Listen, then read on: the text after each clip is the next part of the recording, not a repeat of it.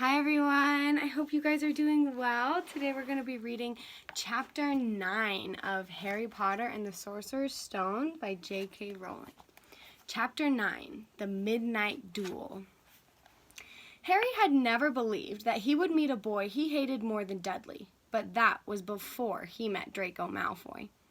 Still, first-year Gryffindors only had potions with the Slytherins, so they didn't have to put up with Malfoy much.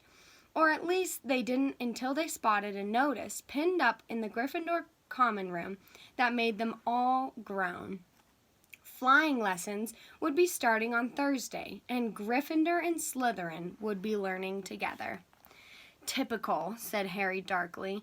"Just what I always wanted, to make a fool of myself on a broomstick in front of Malfoy." He had been looking forward to learning to fly more than anything else.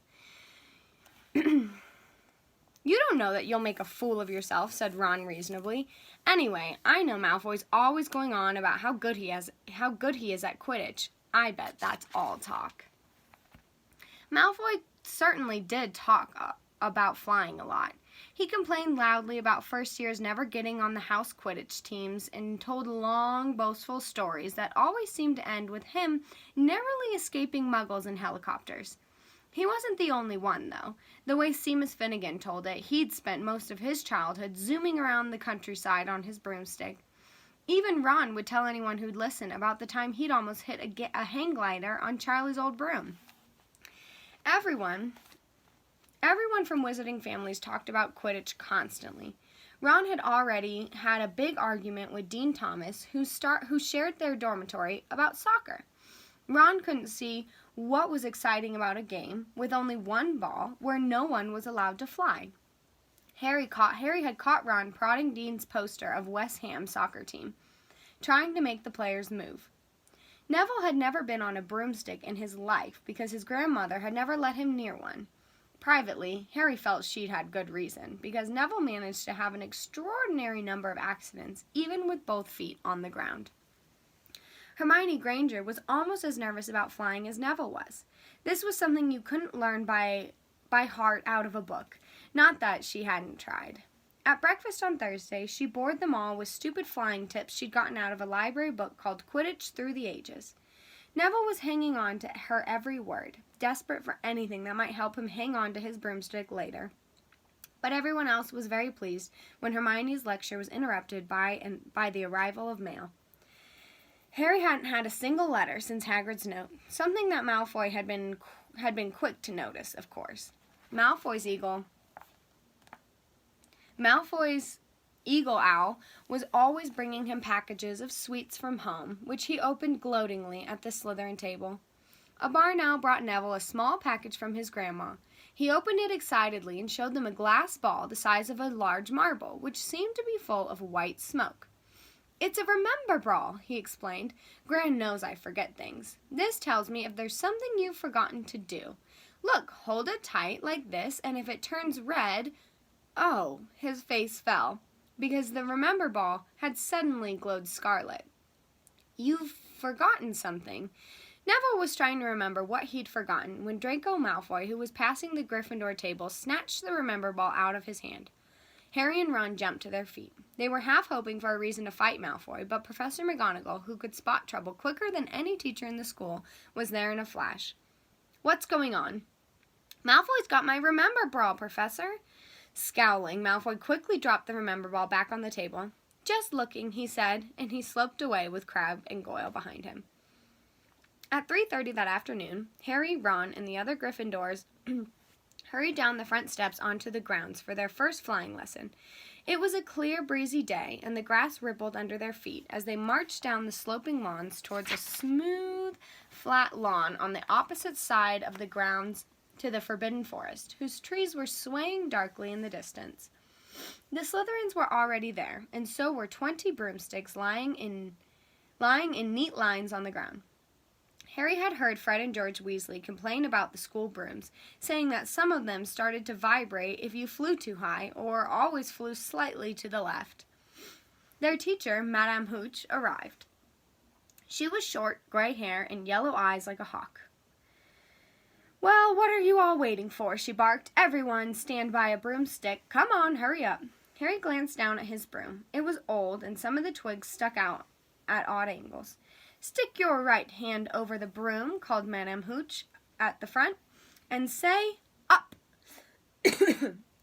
Up, everyone shouted. Harry's broom jumped into his hand at once, but it was one of the few that did. Hermione Granger's had simply rolled over on the ground, and Neville's hadn't moved at all. Perhaps brooms, like horses, could tell when you were afraid, thought Harry. There was a quaver in Neville's voice that said only too clearly that he wanted to keep his feet on the ground. Madame Hooch then showed them how to mount their brooms without sliding off the end, and walked up and down the row, correcting their grips. Harry and Ron were delighted when she told Malfoy he'd been doing it wrong for years. Now, when I blow my whistle, you kick off from the ground, hard, said Madame Hooch. Keep your broom steady, rise a few feet, then come straight back down by leaning forward slightly. On my whistle, 3, 2... But Neville, nervous and jumpy, and frightened of being left on the ground, pushed off hard before the whistle had touched Madame Hooch's lips. Come back, boy, she shouted, but Neville was rising straight up like a cork shot out of a bottle. 12 feet, 20 feet. Harry saw his scared white face look down at the ground, falling away. Saw him gasp, slip sideways off his broom, and wham! A thud and a nasty crack, and Neville lay face down on the grass in a heap.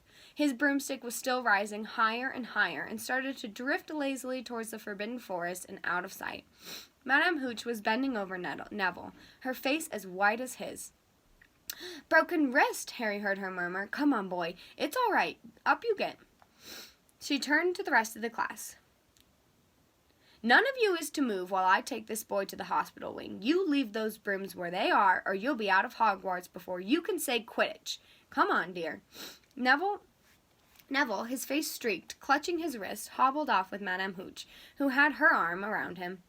No sooner were they out of earshot than Malfoy burst into laughter. Did you see his face? The great lump. The other Slytherins joined in. Shut up, Malfoy, snapped Parvati Patil. Oh, sucking up for Longbottom, said Pansy Parkinson, a hard-faced Slytherin girl. Never thought you'd like fat little crybabies, Parvati. Look, said Malfoy, darting forward and snatching something on the grass. It's that stupid thing Longbottom's Gran sent him. The Remember Ball, glinting in the sun as he held it up. Give that here, Malfoy, said Harry quietly. Everyone stopped talking to watch. Malfoy smiled nastily. I think I'll leave it somewhere for Longbottom to find. How about up in a tree? Give it here, yelled Harry, but Malfoy had leapt into his broomstick and taken off. He hadn't been lying. He could fly well. Hovering level with the topmost branches of an oak, he called, Come and get it, Potter. Harry grabbed his broom. No, shouted Hermione Granger. Madame Hooch told us not to move. You'll get us all in trouble.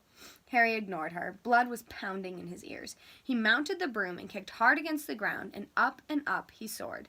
Air rushed through his hair, and his robes whipped out behind him. And in a rush of fierce joy, he realized he'd found something he could do without being taught. This was easy. This was wonderful. He pulled his broomstick up a little to take it even higher, and heard screams and gasps of girls back on the ground, and an admiring whoop from Ron. He turned his broomstick sharply to face Malfoy in midair. Malfoy looked stunned. Give it here, Harry called, or I'll knock you off that broom. Oh, yeah, said Malfoy, trying to sneer, but looking worried. Harry knew somehow what to do. He leaned forward and grasped the broom tightly with both hands. It shot towards Malfoy like a javelin. Malfoy only just got out of the way in time. Harry made a sharp about face and held the broom steady. A few people below were clapping. No Crab and Goyle up here to save your neck, Malfoy, Harry called. The same thought seemed to have struck Malfoy. Catch it if you can, then, he shouted, and he threw the glass ball high into the air and streaked back towards the ground. Harry saw, as in slow motion, the ball rise up in the air and then start to fall. He leaned forward and pointed his broom handle down. Next second, he was gathering speed in a steep dive, racing the ball. Wind whistled in his ears, mingled with the screams of people watching. He stretched out his hand. A foot from the ground, he caught it. Just in time to pull his broom straight, and he toppled gently onto the grass with the remember ball clutched safely in his fist. Harry Potter! His heart sank faster than he'd just dived. Professor McGonagall was running towards them. He got to his feet, trembling. Never! In all my time at Hogwarts, Professor McGonagall was almost speechless with shock, and her glasses flashed furiously. How dare you? You might have broken your neck. It wasn't his fault, Professor. Be quiet, Miss Batille. But Malfoy, that's enough. Mr. Weasley. Potter, follow me, now. Harry caught sight of Malfoy, Crabbe, and Goyle's triumphant faces as he left, walking numbly in Professor McGonagall's wake as she strode towards the castle. He was going to be expelled. He just knew it. He wanted to say something to defend himself, but there seemed to be something wrong with his voice. Professor McGonagall was sweeping along without even looking at him. He had to jog to keep up. Now he'd done it. He hadn't even lasted 2 weeks. He'd be packing his bags in 10 minutes. What would the Dursleys say when he turned up on the doorstep? Up the front steps, up the marble staircase inside, and still Professor McGonagall didn't say a word to him. She wrenched open doors and marched along corridors with Harry trotting miserably behind her. Maybe she was taking him to Dumbledore. He thought of Hagrid, expelled but allowed to stay on as groundskeeper. Perhaps he could be Hagrid's assistant. His stomach twisted as he imagined it, watching Ron and the others becoming wizards while he stumped around the grounds carrying Hagrid's bag. Professor McGonagall stopped outside the classroom. She opened the door and poked her head in. Excuse me, Professor Flitwick, could I borrow wood for a moment? Wood? Thought Harry, bewildered. Was wood a cane she was going to use on him? But Wood turned out to be a person. A burly fifth-year boy who came out of Flitwick's class looking confused. Follow me, you two, said Professor McGonagall, and they marched up the corridor, Wood looking curiously at Harry. In here. Professor McGonagall pointed them into a classroom that was empty, except for Peeves, who was busy writing rude words on the blackboard. Out, Peeves, she barked. Peeves threw the chalk into the bin, which clanged loudly, and he swooped out, cursing. Professor McGonagall slammed the door behind him and turned to face the two boys. Potter, this is Oliver Wood. Wood, I've found you a seeker. Wood's expression changed from puzzlement to delight. Are you serious, Professor? Absolutely, said Professor McGonagall crispy. The boy's a natural. I've never seen anything like it. Was that your first time on a broomstick, Potter? Harry nodded silently. He didn't have a clue what was going on, but he didn't seem to be being expelled, and some of the feelings started coming back to his legs. He caught that thing in his hand after a 50-foot dive, Professor McGonagall told Wood. Didn't even scratch himself. Charlie Weasley couldn't have done that. Wood was now looking as though all his dreams had come true at once. Ever seen a game of Quidditch, Potter? He asked excitedly. Wood's captain of the Gryffindor team, Professor McGonagall explained. He's just the build for a seeker, too, said Wood, now talking around Harry and staring at him. Light, speedy. We'll have to get him a decent broom. Professor, a Nimbus 2000 or a Clean Sweep 7, I'd say. I shall speak to Professor Dumbledore and see if we can bend the first-year rule. Heaven knows we need a better team than last year. Flattened in that last match by Slytherin. I couldn't look Severus Snape in the face for weeks. Professor McGonagall peered sternly over her glasses at Harry. I want to hear you're training hard, Potter, or I might change my mind about punishing you. Then she suddenly smiled. Your father would have been so proud, she said. He was an excellent Quidditch player himself. You're joking. It was dinner time. Harry had just finished telling Ron what had happened when he'd left the grounds with Professor McGonagall. Ron had a piece of steak and kidney pie halfway to his mouth, but he'd forgotten all about it. Seeker? He said. But first years never. You must be the youngest house player in about a century, said Harry, shoveling pie into his mouth. He felt particularly hungry after the excitement of the afternoon. Wood told me." Ron was so amazed, so impressed, he just sat and gaped at Harry. "I start training next week," said Harry, "only don't tell anyone. Wood wants to keep it a secret." Fred and George Weasley now came into the hall, spotted Harry, and hurried over.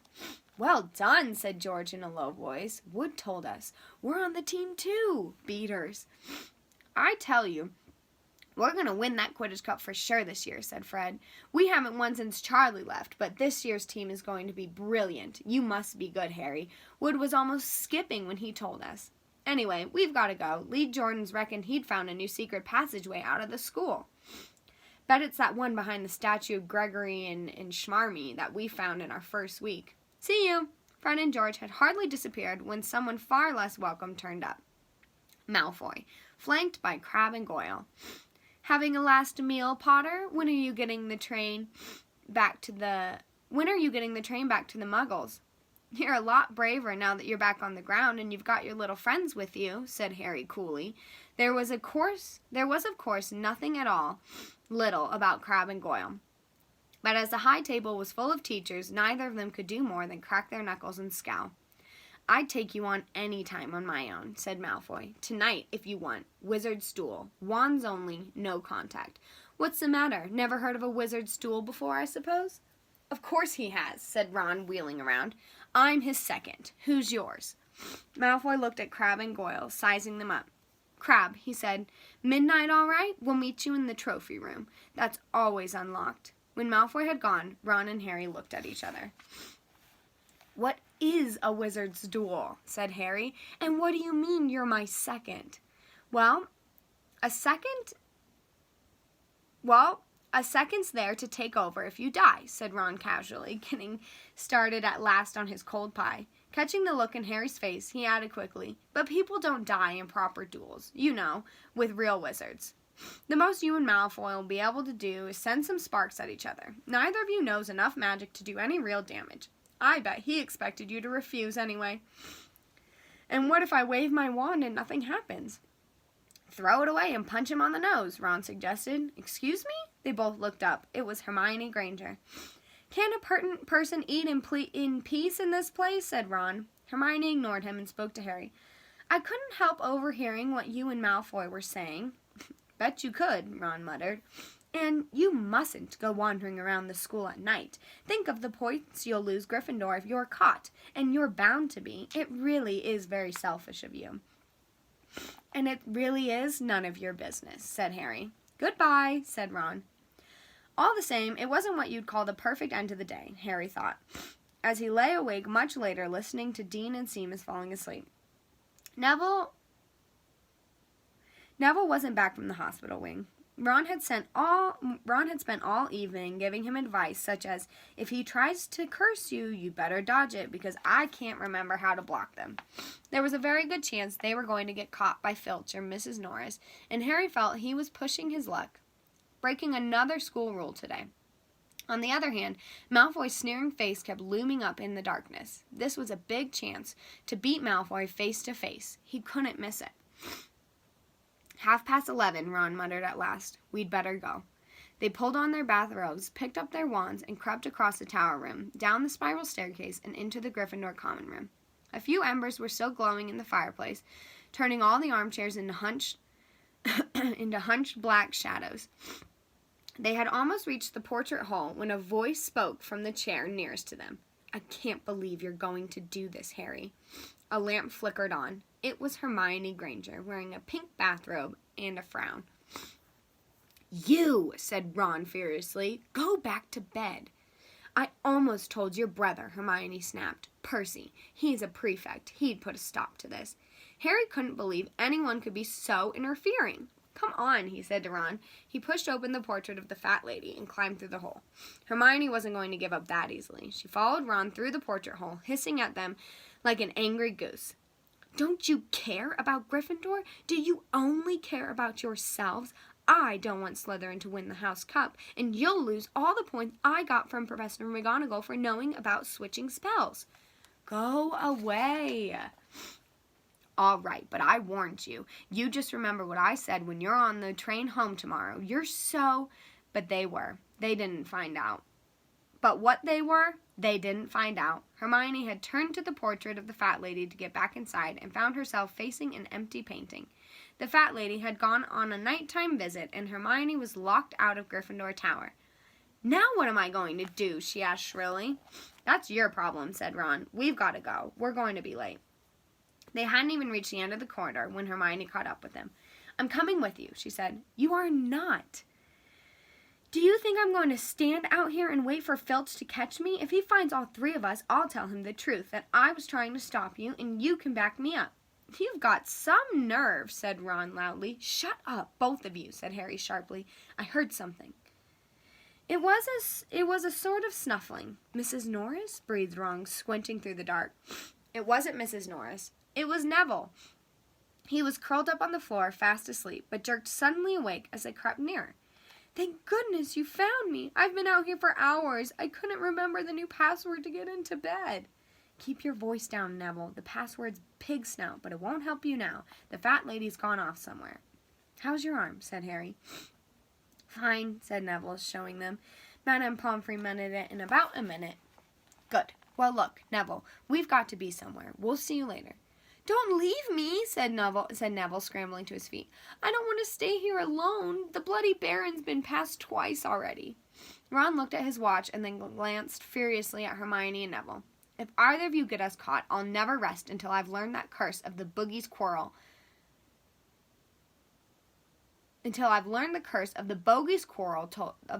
Quirrell told us about, and use it on you." Hermione opened her mouth, perhaps to tell Ron exactly how to use the curse of the bogies, but Harry hissed at her to be quiet and beckoned them all forward. They fitted along corridors striped with bars of moonlight from the high windows. At every turn, Harry expected to run into Filch or Mrs. Norris, but they were lucky. They sped up a staircase to the third floor and tiptoed towards the trophy room. Malfoy and Crabbe weren't there yet. The crystal trophy cases glimmered where the moonlight caught them. Cups, shields, plates, and statues winked over silver and gold in the darkness. They edged along the walls, keeping their eyes on the door at either end of the room. Harry took out his wand in case Malfoy leapt in and started at once. The minutes crept by. "He's late. Maybe he chickened out," Ron whispered. There was a noise in the next room. Then a noise in the next room made them jump. Harry had just raised his wand when he heard someone speak, and it wasn't Malfoy. "Sniff around, my sweet. They might be lurking in a corner." It was Filch speaking to Mrs. Norris. Horror-struck, Harry waved madly at the other three to follow him as quickly as possible. They scurried silently toward the door, away from Filch's voice. Neville's robes had barely whipped around the corner when they heard Filch enter the trophy room. "They're in here somewhere," he heard him mutter. "Probably hiding. This way," Harry mouthed to the others, and petrified, they began to creep down a long gallery full of suits and armor. They could hear Filch getting nearer. Neville suddenly let out a frightened squeak and broke into a run. He tripped, grabbed Ron around the waist, and the pair of them toppled right into a suit of armor. The clanging and crashing were enough to wake the whole castle. "Run!" Harry yelled, and the four of them sprinted down the gallery, not looking back to see whether Filch was following. They swung around the doorpost and galloped down one corridor, then another. Harry in the lead, without any idea where they were going, or where they were, they ripped through a tapestry and found themselves in a hidden passageway, hurtled along it, and came out near their charms classroom, which they knew was miles from the trophy room. "I think we've lost him," Harry panted, leaning against the cold wall and wiping his forehead. Neville was bent, doubled, wheezing and sputtering. "I told you," Hermione gasped, clutching the stitch in her chest. "I told you." "We've got to get back to Gryffindor Tower," said Ron, quickly as possible. "Malfoy tricked you," Hermione said to Harry. "You realize that, don't you? He was never going to meet you. Filch knew someone was going to be in the trophy room. Malfoy must have tipped him off." Harry thought she was probably right, but he wasn't going to tell her that. "Let's go." It wasn't going to be that simple. They hadn't gone more than a dozen places when a doorknob rattled and something came shooting out of a classroom in front of them. It was Peeves. He caught sight of them and gave a squeal of delight. "Shut up, Peeves, please. You'll get us thrown out." Peeves cackled. "Wandering around at midnight, ickle firsties. Tut, tut, tut. Naughty, naughty. You'll get caughty." Not if you don't give us away, Peeves, please. Should tell Filch, I should, said Peeves in a saintly voice, but his eyes glittering wickedly. It's for your own good, you know. Get out of the way, snapped Ron, taking a swipe at Peeves. This was a big mistake.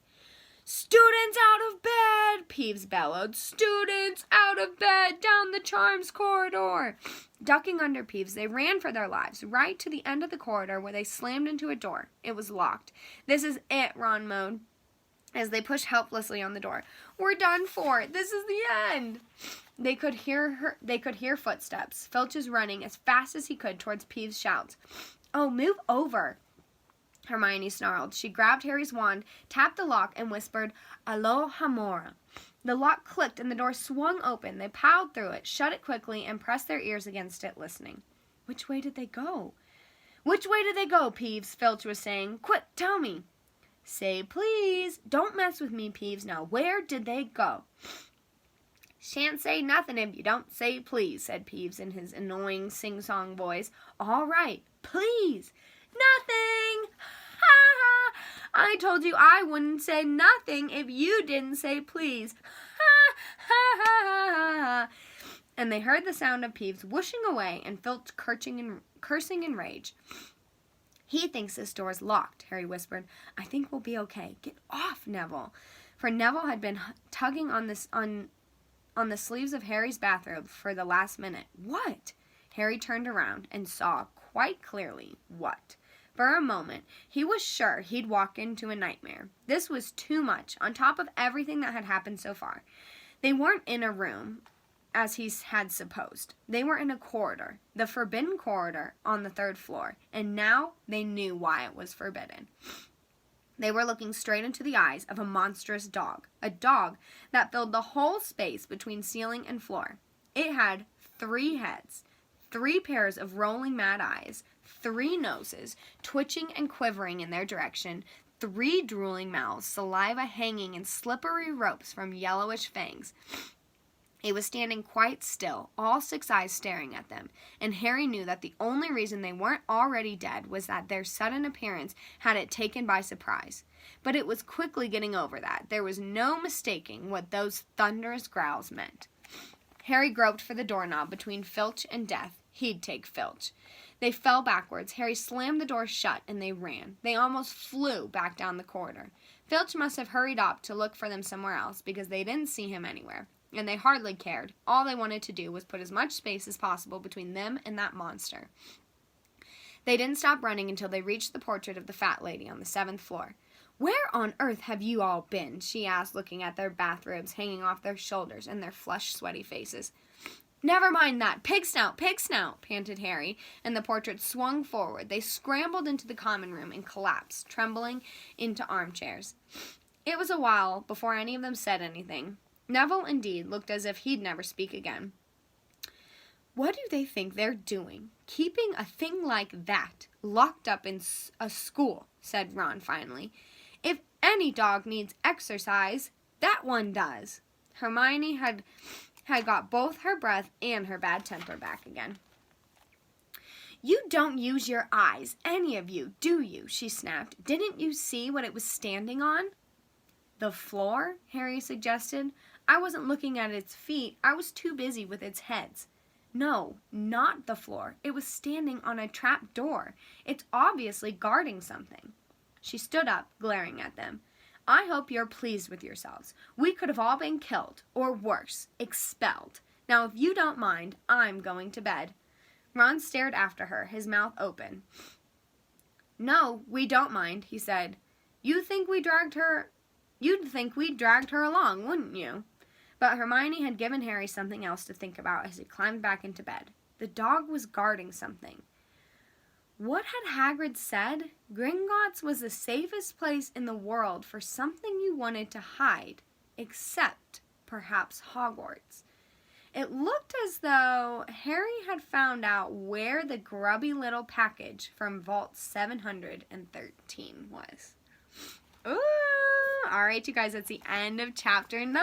I hope you enjoyed it. I love you guys. I miss you.